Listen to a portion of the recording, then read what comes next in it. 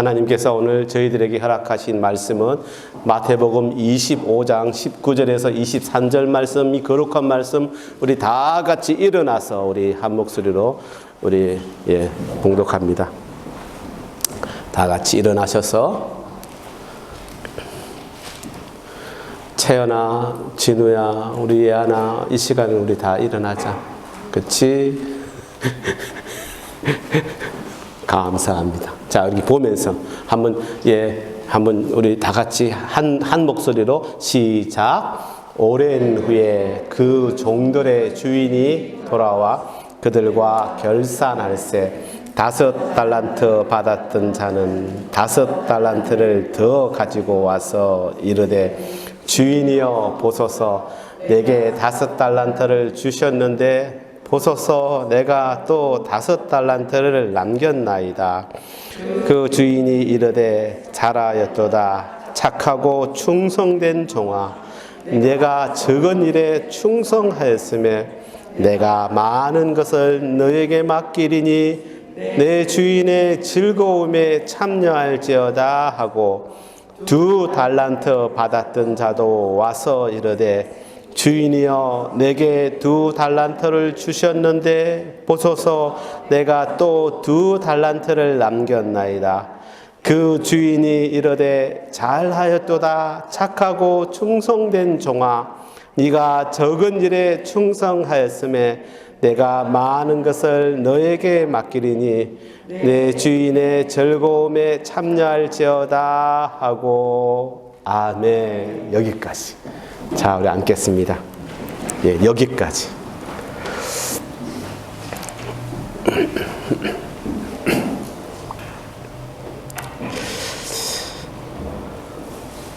여러분 어떻습니까? 매주일 우리가 드리는 예배가 다 마찬가지이겠지만 오늘은 뭔가 특별하게 여러분에게 깊은 감동이 오시지 않으셨습니까? 저는 그랬는데, 우리가 더 이렇게 힘든 상황 가운데 드려지는 예배다 보니까 얼마나 감사한지.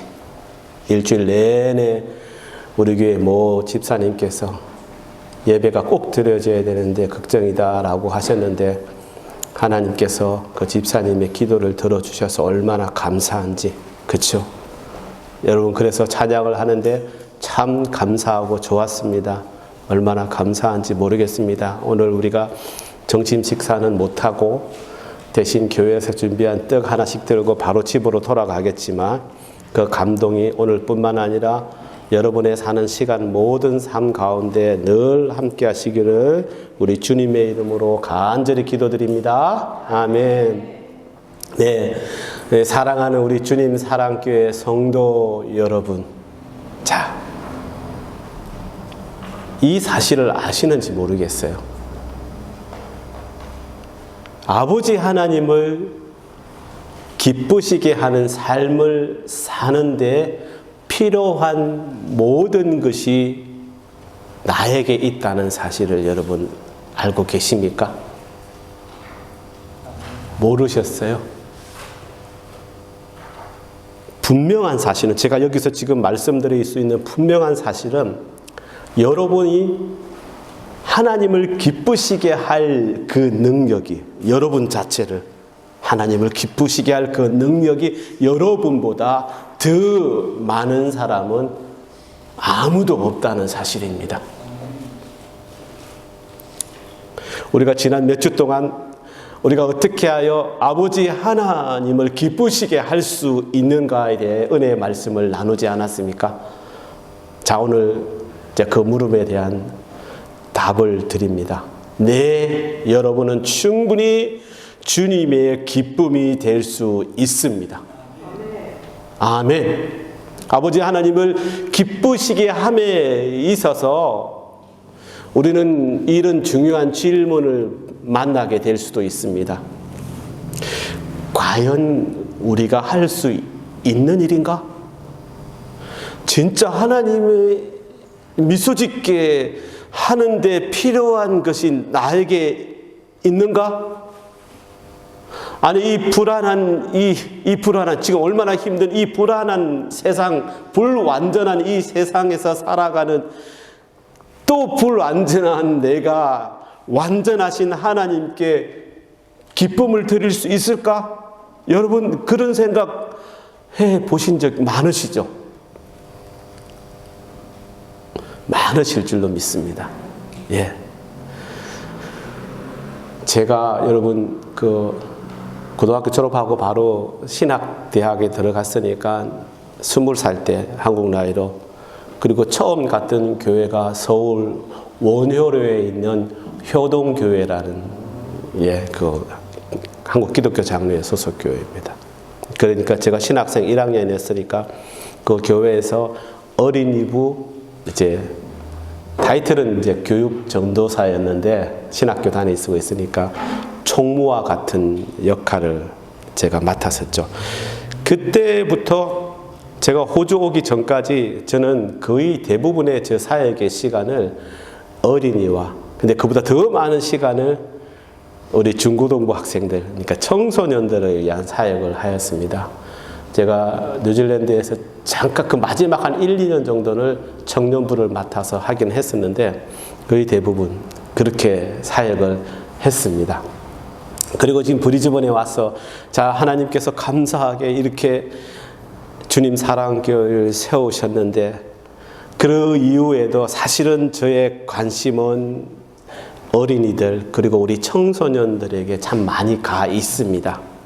자, 그러니 우리 목사님은 그러면 진짜 그 긴 시간을 청소년 사역, 어린이 사역을 하셨으니까 그쪽 사역의 전문가이겠구나라고 생각을 하시면 저는 부끄럽지만 그렇지 않습니다라고 말할 수밖에 없습니다. 하지만 제가 그 시간을 보내면서 하나님께서 저에게 그래도 주신 그 은혜라고 한다면은 아이들의 마음을 조금이나마 이해할 수 있는 그런 기본적인 능력을 제가 허락받았구나 하는 그런 생각입니다. 여러분 그렇다고 걱정하지 마십시오. 우리 목사님은 그러면 아이들하고 청소년들만 좋아하니 어른 사역은 어떻게 되는 거야 라고 생각하실 텐데 사실 그 사역이 또 성년 사역이나 마찬가지입니다. 똑같습니다. 제가 여러분을 대할 때도 똑같은 마음으로 대하고 있습니다. 예, 그렇습니다. 그래서 감사하게도 우리 지금 믿음반 아이들이 몇 살이죠? 우리 진우가 한국 나이로 15살, 제일 어린 우리 예안이 노아가 13살인가요? 예, 그러네요. 13살. 한국 나이로. 제가 말할 때는 한국 나이. 13살이라 그러니까 이관성 집사님이 아니라고 하시는데 13살 맞습니다. 한국 나이로. 그 아이들과 같이 성경 공부하는데 모르겠습니다. 속으로 돌아서서는 어떻게 말할지 몰라도 그냥 잘하고 있습니다. 애들이 저를 싫어하지는 않는 것 같아요. 그렇죠? 얼마나 감사한지 모르겠습니다. 예, 싫어하지 않고 저와 같이 성경 공부하고 모르겠습니다. 이 할아버지 같은 목사님이 말씀하는데 그럼 감히 대들고 이렇게 할 수 없으니까 그냥 내가 그렇게 느끼나? 아니, 그렇지 않습니다. 저는 아이들이 제 앞에서 어떻게 하더라도 안 되는 일에 대해서는 스톱하고 그러면 안 되라고 말하지만 대부분 제가 받아주는 편입니다. 그렇죠? 또 특히 요즘 들어서는 아이들이 나 이거 안 하겠어요, 못 하겠어요 라고 말하면은 그래, 알았어, 그렇게 해 라고 말을 하기도 합니다. 예. 그게 얼마나 감사한지. 아직도 제 나이에 우리 아이들하고 같이 보낼 수 있는 시간을 허락하심이, 예. 모든 청소년 사역자들이 다 그래야겠지만은 저는 처음부터 이런 마음이 있었습니다. 우리 아이들은 그냥 이해하고 바라보아야 한다는 그런 마음에 초점을 갖고 저는 항상 아이들을 대했던 것 같습니다. 그래서 뉴질랜드에서의 그 시간을 생각해 보면은 그러면 제가 어떻게 하겠습니까? 아이들이 예배 시간에 떠들든 무슨 전화기를 뭘 하든 말든 저는 별 크게 상관하지 않았습니다. 너무 그러지 마세요. 그러면 안 됩니다. 이렇게 말은 하지만 그럼 어떻게 되겠습니까? 그 부모님들이 저한테 컴플레인 안 하겠어요? 못 하죠. 어떻게 감히 직접적으로 컴플레인 합니까? 그때 제가 부목사였는데 담임 목사님한테 컴플레인을 하더라고요. 근데 그 담임 목사님이 저한테 그러면 말하시겠습니까? 못하죠. 어떻게 말합니까? 그분이 참 좋으신 분이었거든요. 지금도 뉴질랜드에서 목회하고 계시는 분입니다. 제가 이름을 말씀드리면은 제가 부끄러워서 말씀 못 드리지만 그런 컴플레인을 많이 받았습니다. 그런데 저는요, 그 아이들이 예배 시간에 떠들고 핸드폰을 보고 있지만 이 기도는 듣고 있다고. 그리고 지금 이 자리에 앉아 있다는 게, 오늘 내가 너를 본다는 게 얼마나 좋았는지 그 자체를 감사하고 참 좋았던 것 같습니다. 그러면서도 오랜 동안 그렇게 청소년들을 바라보면서 사역을 하면서 간혹 제 마음이 아팠던 것은 그 아이들 중에 어떤 아이들이, 모든 아이들은 사실 부모님을 기쁘시게 할 수 있는 그 능력이 다 있는데도 불구하고 그 능력을 이렇게 발휘하지 못해서 힘들어하는 경우를 볼 때였습니다. 네, 제 딴에는 뭔가 하고 있었습니다. 그리고 아무리 노력을 하여도 자기가 이 부모님의 그 기대에 차지 못한다는 사실이 자꾸 느껴질 때마다 그 아이가 얼마나 힘들어하고 괴로워하는지. 사실 그것이 어떤 것이든 어떤 모습이든 그 아이는 그 모습 안쪽에 살펴보면은 부모의 마음에 들려고 오랫동안 애쓰고 사실 노력하는 마음이 분명히 있는데 그게 드러나는 모습이 부모에게 만족되지 못하더라도, 근데 그 진정한 그 아이의 모습을 알지 못할 때 또한 그렇게 애쓰고 노력하여도 부모님이 원하시는 것을 얻지 못하였을 때 그 아이들이 너무나 쉽게 그 거듭된 실패 때문에 좌절하고 포기하게 되는 경우를 저는 보았습니다. 그런 경우도 있었습니다. 그러다가 어떤 경우에는 그 아이가 진짜 이제는 아무 것에도 신경을 쓰지 않는, 그냥 될 대로 되라는 식으로 그런 무책임한 삶을 살아가려고 하는 그런 모습을 보았을 때 얼마나 안타까웠는지 모릅니다. 그 친구들이 하나둘 생각이 납니다. 지금은 어떻게 지내고 있을까? 한 친구가 생각이 나는데 너무 마음이 아픕니다.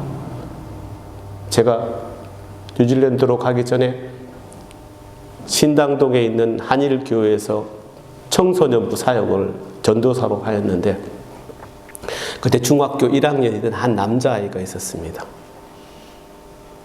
집안 사정도 별로 좋지 않고 좀 약간 망나니 같은데 자기 학교에서 생활은.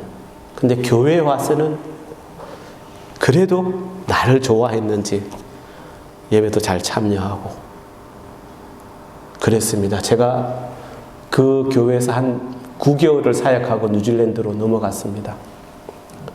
나중에 이제 그 교회에 있던 어떤 한 친구가 청년이 돼서 뉴질랜드로 공부를 하러 와서 만나게 돼서 이런저런 이야기를 하다가 그 친구에 대해서 이야기를 해주는데, 그러고 한 5년 있다가 고등학교 2학년 때쯤인가 기찻길에서 사고로 죽었다고 이렇게 말을 하는데 제 마음이 얼마나 아팠는지 모릅니다.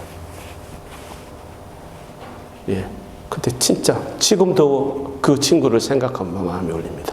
그때 그 친구들이 제가 뉴질랜드로 가면서 저에게 준 선물이 성경책 하나였습니다. 그것도 애들이 생각을 해서 한쪽에는 한글, 한쪽에는 또 뉴질랜드가 또 영어로 된 성경책만 있는 걸 쓰고 그 뒤 종이에다가 자기 있게 생각들을 써서 주었는데, 제가 오늘 또 이야기 너무 많이 하네.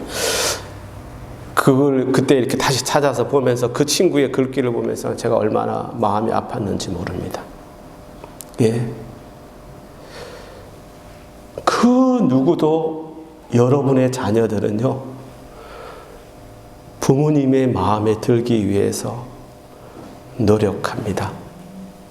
그래서 우리 부모님들은요, 어떤 상황 가운데에서도 그 자녀들을 이해할 수 있어야 한다고 저는 생각합니다. 그 아이들의 마음을 조금이라도 이해하였더라면, 아이들을 조금만 더 이해하고 기다려 주었더라면, 그렇다면 그 아이의 삶이 달라졌을 텐데. 그래서 저는 항상 이해하고 기다리려고 애를 씁니다. 물론 그렇다고 무조건 기다리는 건 아닙니다. 간혹 제가 지적도 합니다. 여러분 여기서 지적받으신 분들 몇몇 있습니다. 예, 지적도 제가 합니다. 그러면 안 돼요. 이때는 이렇게 하세요. 그럼 당연히 해야죠. 그렇죠? 마냥 그건 하지만 그 다음에 시간들은 제가 기다려줄 수밖에 없는 것입니다. 자, 그러면 우리는 아버지 하나님의 자녀들인데, 우리 아버지 하나님은 어떠실까?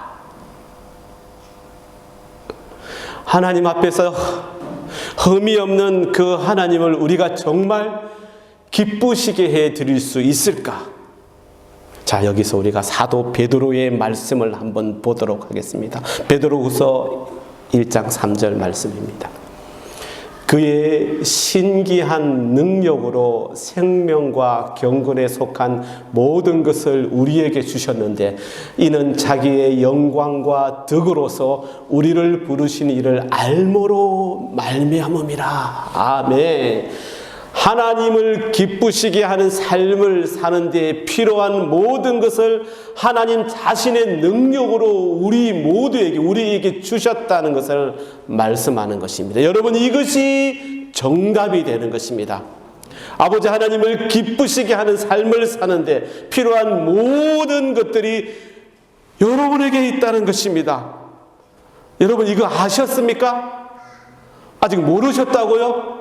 그러면 오늘 이 말씀 진짜 철필로 여러분 가슴에 새겨서 꼭 붙잡고 절대로 달아나지 못하도록 그 말씀 붙잡고 살아가시기를 바랍니다.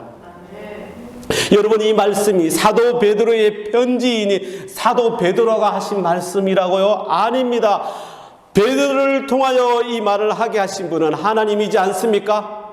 여러분, 그러고 알고 있지 않습니까? 우리의 아버지 하나님의 말씀은 참되고 변하지 않는다는 사실을 다시 말씀드립니다. 우리 아버지 하나님을 기쁘시게 하는 것이 나에게 있지 않다는, 나는 못한다는 이런 사탄의 속삭임을 여러분 그것을 떨쳐버려야 됩니다. 사도 베드로의 말처럼 사실 여러분에게 다 있는 것입니다. 거의 대부분의 성도들은, 그리스도인들은 이렇게 말합니다. 예, 훌륭한 우리 신앙의 선조들, 선배들, 나는 결코 사도 요한이나 사도 바울이나 사도 베드로나 또 그 위에 훌륭한 목사님들의 버금가거나 아니 반만큼이라도 하나님의 기쁨이 될 수 없어. 나는 그렇지 못해 라고 생각하지 않습니까? 근데 여러분, 제가 또 말씀드립니다. 사실은 여러분이 하나님을 그 사도들보다 더 기쁘시게 할 능력이 있다라는 사실입니다. 여러분이 하나님을 기쁘시게 할 능력이 여러분보다 더 많은 사람은 아무도 없다라는 사실입니다. 근데 여러분, 지금 내가 말하는 이것 정말 잊지 말아야 됩니다. 그게 뭐냐면은 아버지 하나님을 기쁘시게 할 능력이 과연 여러분 모두에게 나에게도 있으나 그 능력을 활용하여 삶으로 살아내는 것은 여러분의 몫이라는 것입니다. 나의 몫입니다. 여러분이 하기 나름인 것입니다. 여기서 한 가지 예를 들어봅니다. 어떤 부모님에게 두 아들이 있었습니다. 근데 둘째 아들은 이 전통적인 그 학교의 학교 교육을 힘들어 하였습니다. 분명히 그 아이는 뛰어난 잠재력도 갖고 있었고요. 창의력을 지니고 있는 똑똑한 그리고 명철한 아이였는데 학교에서의 교육을 힘들어하였습니다. 그게 왜 그랬을까? 그 아이는 학교에서 그렇게 어쩌면 주입식적으로 책을 읽게 하는 그것이 무척 힘들었습니다. 왜? 그 아이의 사고와 학습 과정이 보통 아이들보다 더 시각적이었기 때문이었습니다. 그러나 첫째는 달랐습니다. 학교에 너무 적응을 잘했습니다. 그런 전통적인 학교 교육에서 늘 재능이 뛰어났습니다. 책을 정확하고 빠르게 읽는 속도가 다른 아이들보다 거의 3배를 넘어갈 정도였으니까요.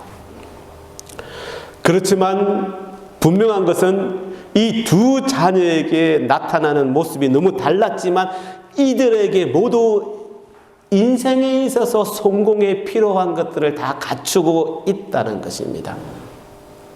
여러분, 첫째가 어떤 성적을 받았겠습니까? 늘 전 과목 A를 받았습니다. 늘 혼자 스스로 얼마나 잘했는지. 그러나 둘째는 늘 숙제를 잊어버리고 부모가 최근에서 겨우 해낸 숙제는 늘 기대 이하였습니다. 그러니 그의 성적이 늘 D 또는 F. 그러다가 몇 년이 지난 다음 둘째가 학교 공부에 조금 관심을 갖기 시작했습니다. 그래서 자기가 열심을 내기 시작하더니 그 결과가 B와 C였습니다. 그 부모님이 마음이 어땠을까요? 너무 기뻤습니다. 물론 첫째의 성적에 비하면 보잘것 없는 성적이었지만 부모님은 그 둘째를 진심으로 칭찬해 주었습니다. 그 칭찬을 들은 둘째는 자기가 노력하니 이 부모님께서 이렇게 기뻐하신다는 사실을 알게 되었습니다. 나중에 그 둘째는 학교 교육에서 A 그리고 가끔 B를 받는 학생이 되었습니다. 그런데 그 당시 첫째가 받은 성적이 A와 또 몇몇의 B였습니다. 그 성적을 보고 부모님은 기뻐하지 않았습니다. 늘 A 받는 학생이었는데 B 받았으니까 기뻐하지 않았겠지가 아니라 그 기간 동안 첫째가 보여준 모습 때문이었습니다. 전과 다르게 다른 곳에 더 많은 시간을 빼앗기고 공부에 자기가 해야 하는 그 공부에 최선을 다하지 않았다는 사실을 그가 부모님 너무 잘 알고 있었기 때문에 여러분, 이 예화의 요지는 이것입니다. 우리 아버지 하나님은 당신의 자녀들인 우리에게 똑같은 능력을 나눠주지 않으셨다는 것입니다. 하지만 우리가 각자 자신이 받은 바에 최선을 다하기를 원하신다는 것입니다. 그리고 그 모습을 보고 기뻐하시는 것입니다. 문제는 내가 가지고 있는 능력이 아니라 아버지 하나님께서 나에게 주신 그것에 대해서 내가 최선을 다하고 있느냐 하는 그 모습인 것입니다. 그러니 이 최선을 통해서, 이 최선을 다해서, 그 최선을 통해서 내가 이룰 그 결과가 크고 작으면은 아무런 문제가 되지 않습니다. 우리 아버지 하나님이 보시기에 오직 중요한 것은 아버지 하나님께서 나에게 허락하신 것으로 내가 스스로 얼마나 최선을 다했는가, 이것이 되는 것입니다. 여러분, 이 진리를 알아야 됩니다. 여러분, 이 진리를 안다면 얼마나 좋을까? 그렇다면은 그 사람은 그 어떤 것에도 매이지 않는 하나님을 기쁘시게 하는 그런 자유로운 삶을 살아가는 자가 될 수가 있을 것입니다. 제가 오늘 왜 본문을 택했냐면요, 이 진리가 오늘 본문에서 드러나기 때문입니다. 여러분, 오늘 본문 이 달란트의 비유, 우리가 너무 많이 읽고 잘 알고 있는 비유이지 않습니까? 한 종은 주인으로부터 5달란트를, 다른 한 종은 2달란트를, 그리고 나머지 한 종은 1달란트를 받았습니다. 그리고 이 예화를 드시면서 주님은 분명히 말씀하셨습니다. 마태복음 25장 15절 말씀에서 각각 그 재능대로라고 말씀하셨습니다. 여러분, 이 비유 속의 종들도 금방 제가 말씀드렸던 그 예화에서의 두 아들처럼 능력의 수준이 다른 것을 말씀하고 있는 것입니다. 여기서 우리가 사도 바울의 말씀을 주목해야 되는데, 고린도전서 4장 7절의 말씀입니다. 누가 너를 남달리 구별하였느냐? 너에게 있는 것 중에 받지 아니한 것이 무엇이냐? 네가 받았은즉 어찌하여 받지 아니한 것 같이 자랑하느냐? 사랑하는 여러분, 우리는 언제나 아버지 하나님께 받은 바에 주목하여야 합니다. 우리가 가지고 있는 이 모든 재능, 이 모든 능력은 누가 주신 것이라고요? 아버지 하나님께서 우리에게 주신 것입니다. 여러분, 이 점을 명심한다면은 그 사람은 어떤 교만이나 어떤 시기의 그 치명적인 올무에 절대 걸리지 않을 것입니다. 여러분, 교만이 무엇입니까? 내가 남보다고 더 낫다고 여기는 것이 교만이지 않습니까? 여러분, 시기가 무엇입니까? 남이 가지고 있는 것을 욕심내는 것이 시기가 되는 것입니다. 다시 본문으로 들어갑니다. 5달란트를 받은 종은 열심히 일을 하여 5달란트를 더, 그래서 총 10달란트를 남겼습니다. 2달란트를 받은 종도 똑같이 열심히 하였으나, 그러나 그 종이 남긴 것은 4달란트입니다. 처음 종보다 무려 6달란트나 작게, 처음 종은 무려 6달란트나 더 많이 남겼는데, 오늘 말씀을 보면요, 두 사람이 받는 상은 똑같습니다. 두 사람에게 칭찬하는 주인의 목소리에 어찌 이렇게 똑같지?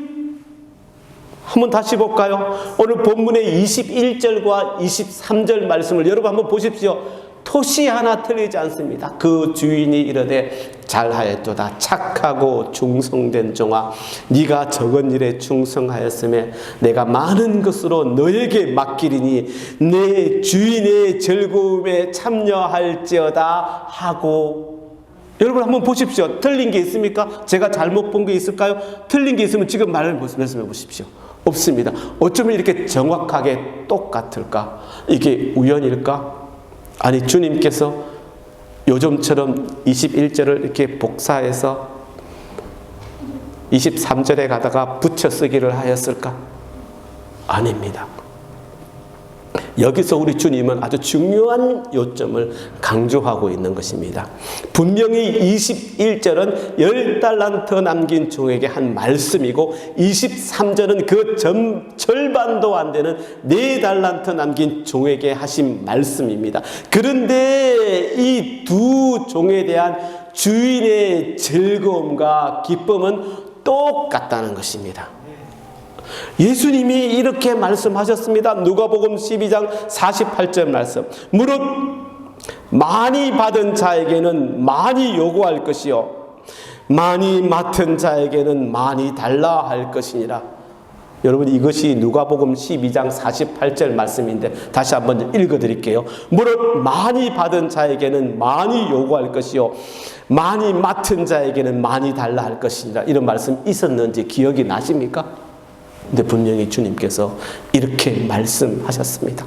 하나님으로부터 능력을 많이 받았으면 그만큼의 결과를 내는 것이 당연하고, 또한 받은 복이 많다면 그것을 다시 나누는 것도 당연하다고 하시는 말씀입니다. 즉, 우리가 받은 달란트가 똑같지 않고 다르다는 것입니다.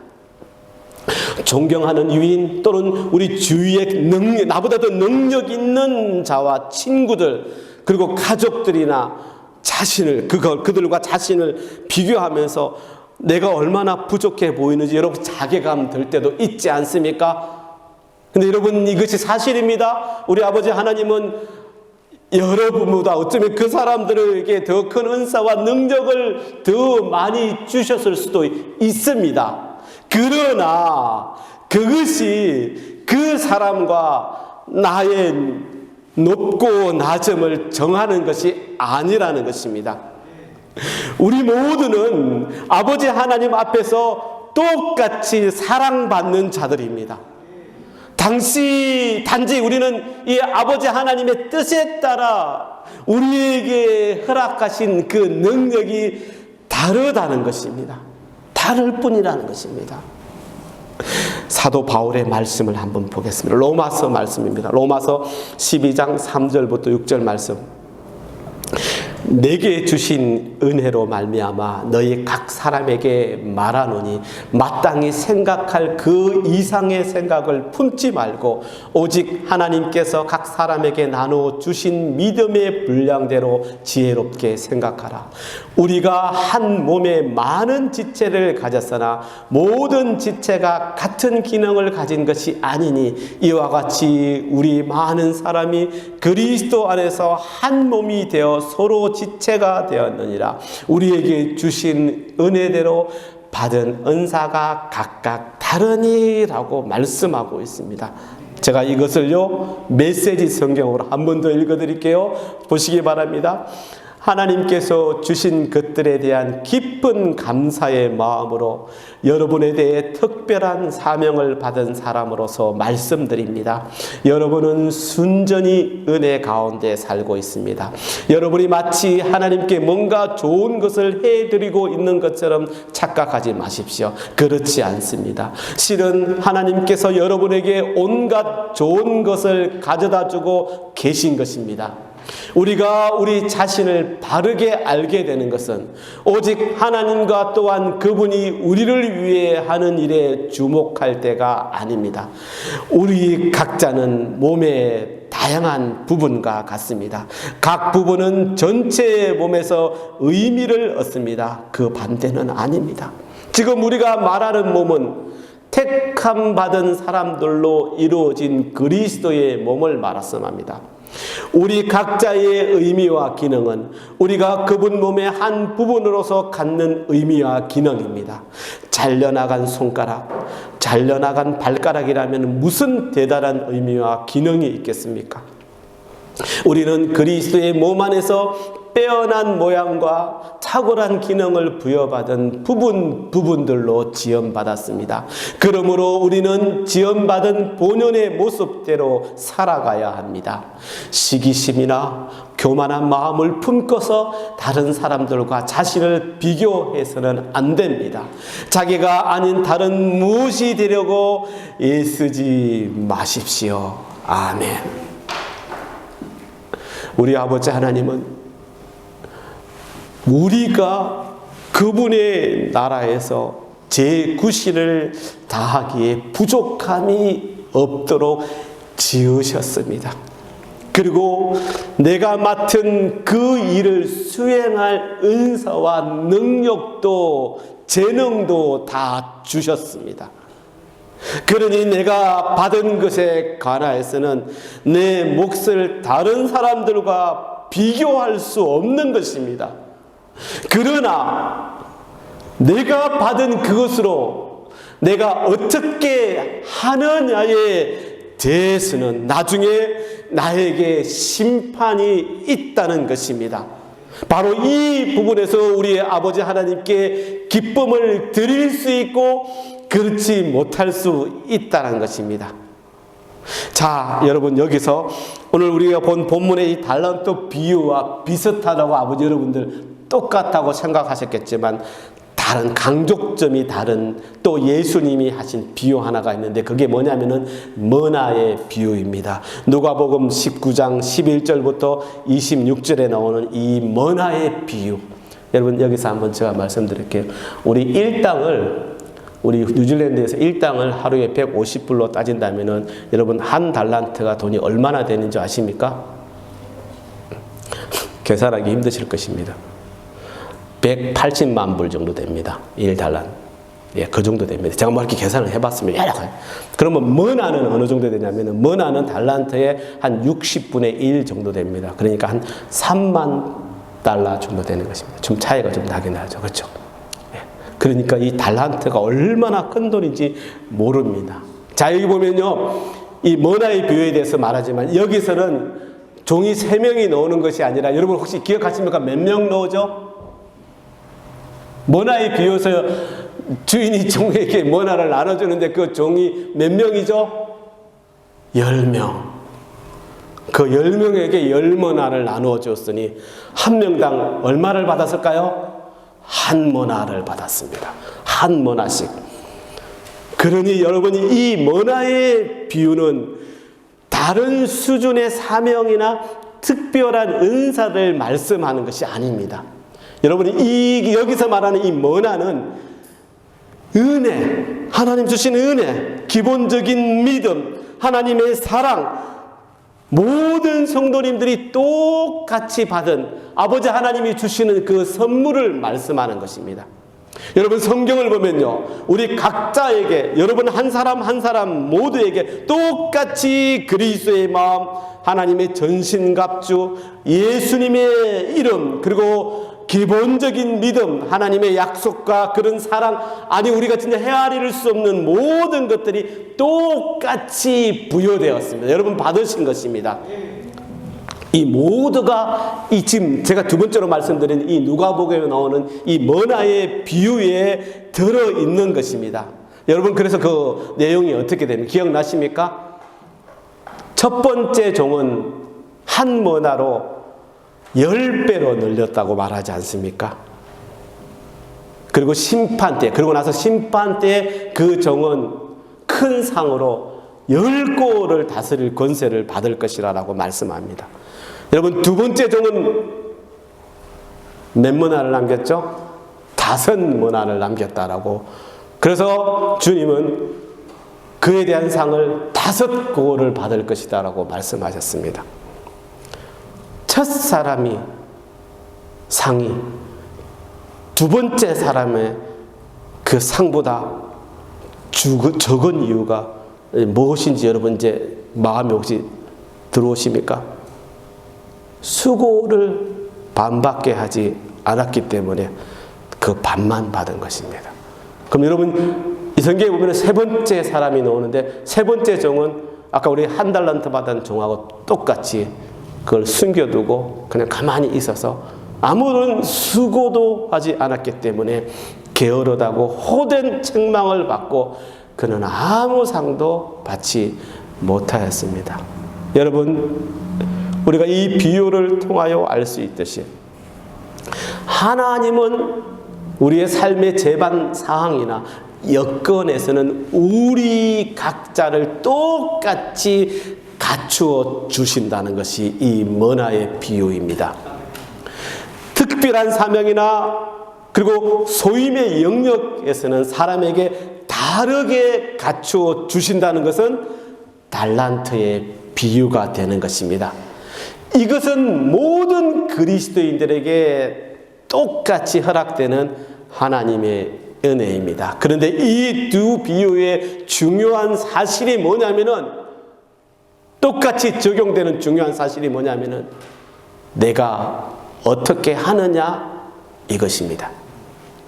달란트의 비유에서는 주어진 달란트에 똑같이 수고한 두 종은 똑같은 상을 받았고, 이 머나의 비유에서는 똑같은 은혜를 받았는데 자기가 수고한 만큼 상을 받았다는 것입니다. 그러니 우리가 아버지 하나님을 기쁘시게 하는 것은 내가 어떻게 하느냐에 달려 있다는 것입니다. 그리고 아버지 하나님은 그 누구에게도 똑같이 그에게 하나님의 기쁘시게 할 최고의 능력을 주셨다는 사실입니다. 이 진리를 달란트의 비유와 머나의 비유에서 말씀하고 있는 것입니다. 여러분, 사랑하는 여러분, 나의 지금 이 환경이 또는 내 능력이 부족하다고 탓하거나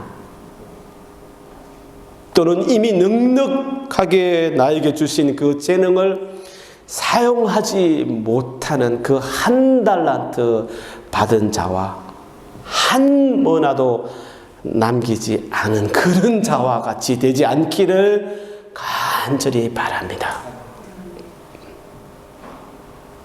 사랑하는 여러분, 부디 나에게 주어진 그 능력으로 최선을 다한 그 수고를 하여서 나중에 우리가 주님 만났을 때 5달란트 받은 자와 또한 10모나를 남긴 자와 같이, 아니 또 2달란트를 받은 자와 같이 이 땅에서 하나님의 자녀로서의 그 수고를 다 하여서 우리 아버지 하나님으로부터 칭찬받는 자가 되시기를 간절히 바랍니다. 하나님 아버지를 기쁘시게 하는 자가 되시기를 간절히 바랍니다. 이제 여러분, 우리에게는 사실 불평할 것이 아무것도 없다라는 사실을 알게 되었습니다.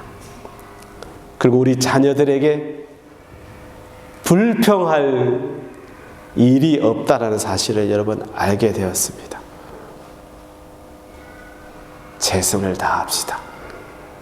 그것이 우리가 할 일입니다. 하나님께서 이미 나에게 충분히 그렇게 할 능력을 주셨으니 최선을 다해서 아버지 하나님의 말씀을 따라 섬기며 나아가다가 주님 앞에 갔을 때 주님으로부터 착하고 충성된 종이라고 칭찬받고 아버지 하나님께 기쁨을 드리는 저와 여러분 모두가 되시기를, 우리 주님 사랑께 모든 성도님들이 되시기를 우리 주님의 이름으로 간절히 기도드립니다. 아멘. 기도하겠습니다. 아버지 하나님 감사합니다. 이미 하나님께서는 저희들에게 모든 것을 허락해 주셨음을, 그리고 나에게 맞는 재능과 능력을 허락하셨음을 이 시간 알았습니다. 이제 우리가 할 것은 내가 얼마나 최선을 다하느냐입니다. 아버지 하나님, 어떤 상황 가운데서든지 아버지 하나님을 기쁘시게 하기 위해서 늘 최선을 다하는 저희들이 되게 하여 주시옵소서. 감사합니다. 주님 사랑합니다. 예수님의 이름으로 기도드립니다. 아멘.